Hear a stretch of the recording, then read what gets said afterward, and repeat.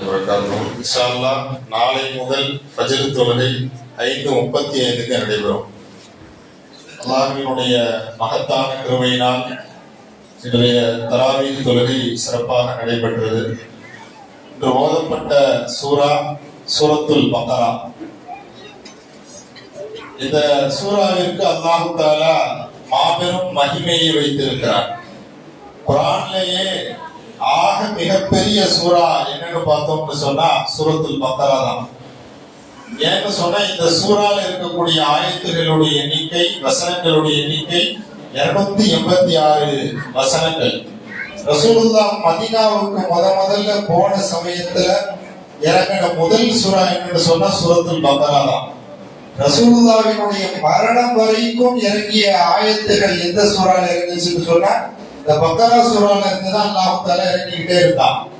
திருமறை குர்ஆனினுடைய கடைசி ஆயத்து வத்தகு யௌமன் ஃபீஹி துர்ஜஊன இலல்லாஹ்.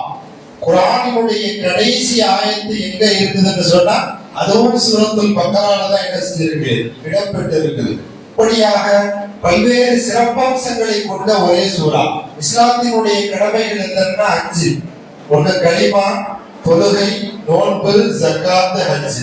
இந்த 5 கடமைகளும் ஒரே சூறாவில் கூறப்பட்டிருக்குன்னு சொன்னா அது சூரத்துல் பக்ரா தான். அல்லாஹ் கலிமாவை பத்தியும் சூரா பக்ரால பேசுறான். இங்கே தொழுகையை பற்றியும் சூரா பக்ரால சொல்லப்பட்டிருக்கு. நோன்பை பற்றியும் சூரா பக்ராவினுடைய ஆயத்து இருக்குது. ஜகாத்தை பற்றியும் சூரா பக்ரா தான். ஹஜ்ஜை பற்றியும் சூரா பக்ரால தான் வந்திருக்கு. 5 கடமைகளும் ஒருமித்து சொல்லப்பட்ட சூரா குர்ஆன்ல ஏதாவது இருக்குதான்னு பார்த்தோம்னா அது சூரத்துல் பக்ரா என்றுதான் சொல்ல முடியும். இந்த 5 கடமைகளையும் முன்னோக்கி இருக்கிறது. வியாபாரத்தை பத்தி எந்த சூறாலையும் பெருசா பேசப்படல. சூரத்துல் பக்ரால தான் வியாபாரத்தை பத்தி பேசப்படுது. கடன்கள் சம்பந்தப்பட்ட விஷயங்கள். ஒருத்தர் என்ன செய்யறாரு, கடன் வாங்குறாருன்னு சொன்னா அந்த கடனை எழுதி வைக்கணும், எப்படி கடன் கொடுக்கணுங்கிற செய்தி முழுவதும் சொல்லப்பட்ட ஒரே சூரா சூரத்துல் பக்ரா. ஒப்பந்ததாரர்கள் எப்படி நடந்து கொள்ள வேண்டும் பேசக்கூடிய சூரா சூரத்துல் பக்ரா. நற்குணங்களை பற்றி பேசக்கூடிய சூரா சூரத்துல் பக்ரா.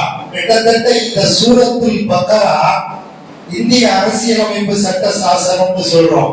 ஒவ்வொரு நாட்டிற்கும் ஒவ்வொரு சாசனங்கள் இருக்கும். அதுபோல இந்த இஸ்லாமிய சட்டங்கள் எல்லாவற்றையும் கொண்டுள்ள ஒரு சாசனம் என்றால் அது சூரத்துல் பக்ரா.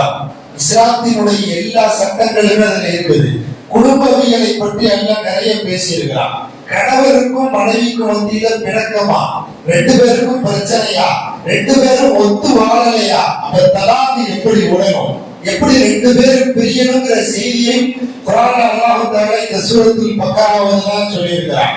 ஒரு பெண்ணினுடைய கணவர் வஃபாத்தாயிட்டாரு. ஒரு பெண்ணை ஒரு கணவர் ஆண் என்ன செய்யறாரு, தலாக் விடுறாரு. இவங்களுடைய இத்தாவினுடைய காலம் எப்படி இருக்கணும் அதை பற்றியும் சூரத்துல் பக்ரால தான் பேசப்படுது. ஆக குர்ஆனிலேயே ஆக சிறந்த சூரான்னு சொன்னா அது சூரத்துல் பக்ரா.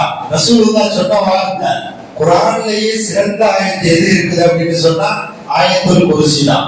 அப்போ சிறந்த சூரா என்ற அந்தஸ்தையும் பெற்றிருக்கக்கூடிய ஒரு சூரா, சிறந்த வசனம் என்ற பெருமையையும் பெற்றிருக்கக்கூடிய ஒரு சூரான்னு சொன்னா அது சூரத்துல் பக்ராவாகத்தான் இருக்க முடியும். ஆயத்துல் குர்சியில பாத்தீங்கன்னா 18 தடவை அல்லாஹ்வுடைய திருநாமத்தை திரும்ப திரும்ப என்ன செய்யுது, அல்லாஹ்வுடைய திருநாமம் வருது. 18 இடத்துல வருது. நீங்க கேட்கலாம், 5 இடத்துல அல்லாஹ்வுடைய பேர் வருது. அல்லாஹு லா இலாஹ இல்லா ஹுவல் ஹய்யுல் கய்யூம். அல்லாஹ் லா இலாஹ போட்டுங்க, ஹய்யுல் கய்யூம், அதுக்கடுத்து அலியுல் அதீம் கடைசில மொத்தம் 5 திருநாமங்கள் இந்த சூறால அல்லாஹ்வுடைய பேர் வருது. இதுல அல்லாஹ்வினுடைய திருநாமம் திரும்ப திரும்ப வரக்கூடியது எதுல அப்படின்னு சொன்னா இந்த ஆயத்துல் குர்சில கிட்டத்தட்ட 18 இடத்துல வருது. எப்படி 18 இடத்துல வருதுன்னா அல்லாஹு லா இலாஹ, அந்த ஹங்கிறது அல்லாஹ்வை தான் குறிக்குது. இல்லா ஹுவ, அந்த ஹுவங்கிறது அல்லாஹ்வை தான் குறிக்குது. லா தஅஹுதுஹு, அந்த ஹுங்கிற வார்த்தை அல்லாஹ்வை தான் குறிக்குது. வலஹு மா ஃபிஸ் ஸமாவாத்தி லஹு, அந்த ஹு அல்லாஹ் தான் குறிக்குது. இப்படி பார்த்தோம்னு சொன்னா 18 இடங்கள்ல குர்ஆன்ல எந்த ஆயத்துக்கும் இல்லாத சிறப்பு இந்த ஆயத்துல் குர்சில இருக்குது. ஒருத்தர் உங்கள்ட்ட வந்து கேக்குறாரு, உங்க அல்லாஹ் அல்லாஹ்னு சொல்றீங்க, அல்லாஹ்னா யாரு? அல்லாஹ்வை பத்தி எங்களுக்கு விளக்கத்தை சொல்லுங்கன்னு யாரு கேட்டாலும் நாங்கள் ஆயத்துல் குர்சியை பொருளுடன் மனப்பாடம் செய்திருந்தால் அல்லாஹ்வை பத்தி முழுசா சொல்லிடலாம். அல்லாஹ் தன்னை பற்றி முழுமையாக விவரித்து சொல்லக்கூடிய ஒரே சூரா சூரத்துல் ஆயத்துல் குர்சி தான். ஆயத்துல் குர்சில அல்லாஹ் தஆலா தன்னை பத்தி அழகா சொல்றான். நான் யார் தெரியுமா? அல்லாஹு லா இலாஹ இல்லல்லாஹு, என்னை தவிர வேற யாருமே கிடையாது. அல் ஹய்யு, நான் எப்போதும் உயிரோடு இருக்கக்கூடியவன். அல் கய்யூம், நான் நித்திய ஜீவன். அல்லாஹ் தன்னை பற்றி அறிமுகப்படுத்தப்படக்கூடிய ஒரு சூறான்னு சொன்னா அது சூரத்துல் ஆயத்துல் குர்சி. இப்படியாக பல அம்சங்களை கொண்டுள்ள ஒரு சூறா. இந்த சூறாவை உமரதி எல்லாம் 8 வருஷம் மனப்பாடம் பண்ணாங்களாம். 8 வருஷம் மனப்பாடம் பண்றதுக்கு 8 வருஷமானா அந்த பொருள், அந்த சூறாவினுடைய கருத்து எல்லாவற்றையுமே மனப்பாடம் செய்தார்களா.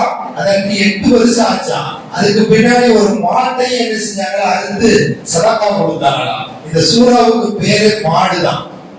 இந்த சூறாவினுடைய பேரு என்ன? பக்கரா. பக்கரான்னு சொன்னா மாடுன்னு அர்த்தம்.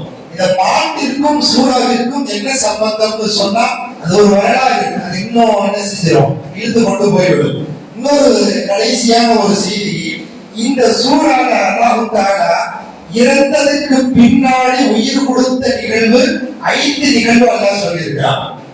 ஒருத்தர் இறந்ததுக்கு பின்னாடி அவங்களுக்கு உயிர் கொடுத்து திரும்பவும் அல்லாஹ் வாழ வச்ச வரலாறு 5 நிகழ்வு சொல்றான். ஒண்ணு என்னன்னு சொன்னா, மூசா அலைஹிஸ்ஸலாமுடைய கூட்டத்தார்கள் நாங்கெல்லாம் அல்லாஹ்வை பார்த்தாதான் நம்புவோம்னு சொல்றாங்க. மூசா அலைஹிஸ்ஸலாம் தூர் சீனா மலைக்கு எல்லாத்தையும் கூட்டிட்டு போறாங்க. கூட்டிட்டு போனா நாங்க அல்லாஹ்வை பார்க்கணும், அரினல்லாஹ ஜஹரா, உங்களுக்கு வேதம் வருதுங்கிறீங்களே, அல்லாஹ்வை எங்களுக்கு நேரடியா காட்டுங்கன்னே சொல்லி மூசா அலைஹிஸ்ஸலாமுடைய கூட்டத்தார்கள் சொல்றாங்க. அல்லாஹ் தஆலா எல்லாத்தையும் அந்த நிமிஷத்திலே மௌத்தாக்கிட்டான். திரும்பவும் அல்லாஹ் என்ன செஞ்சா, அந்த கூட்டத்துக்கு உயிரையும் கொடுத்து அல்லாஹ் எழுப்புறான். இது ஒரு நிகழ்வு.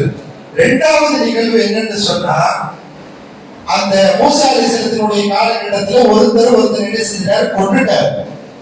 கொன்னவரே யாரு என்ன கொன்னாங்கிறத சாட்சி சொல்லணும்னா ஒரு மாட்டை அருங்க, மாட்டினுடைய வால் எடுத்து செத்து போன மையத்து மேல அடிச்சா மையத்தே எந்திரிச்சு யார் என்ன கொண்டாங்கிற செய்தியை சொல்லணும்னு அல்லாஹ் சொல்லிட்டான்.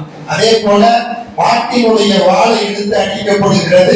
செத்த மையத்துக்கு அல்லாஹ் உயிரை கொடுத்தா எந்திரிச்சு இந்த ஆள் தான் என்ன கொண்டாருன்னு அந்த மையத்தை என்ன செஞ்சிச்சு, உயிரோடு எந்திரிச்சு சாட்சி சொன்னது. வரலாறையும் அல்லாஹ் சூரத்துல் பக்கரால தான் சொல்றான்.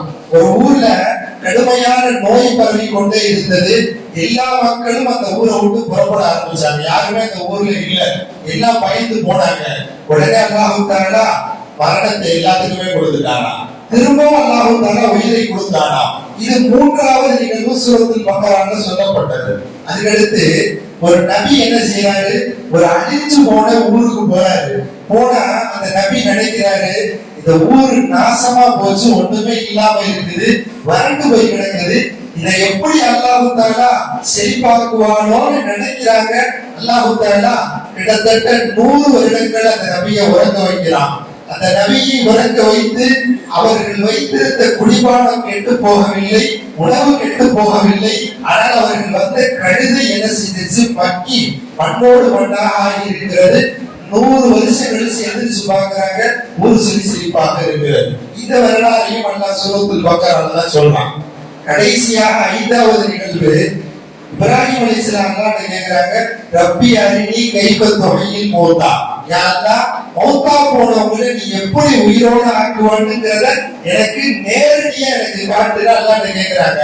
அல்லாஹ் தஆலா 4 பறவை எடுக்க சொன்னான், 4ஐயும் வெட்ட சொன்னான், 4 கரிகளையும் ஒன்றோடு ஒன்றாக இணைக்க சொன்னான், தூக்கி போட சொன்னான். ஒவ்வொரு இடத்திலையா தூக்கி போட்டதற்கு பிறகு அந்த பறவைகளை அணைத்தார்கள்.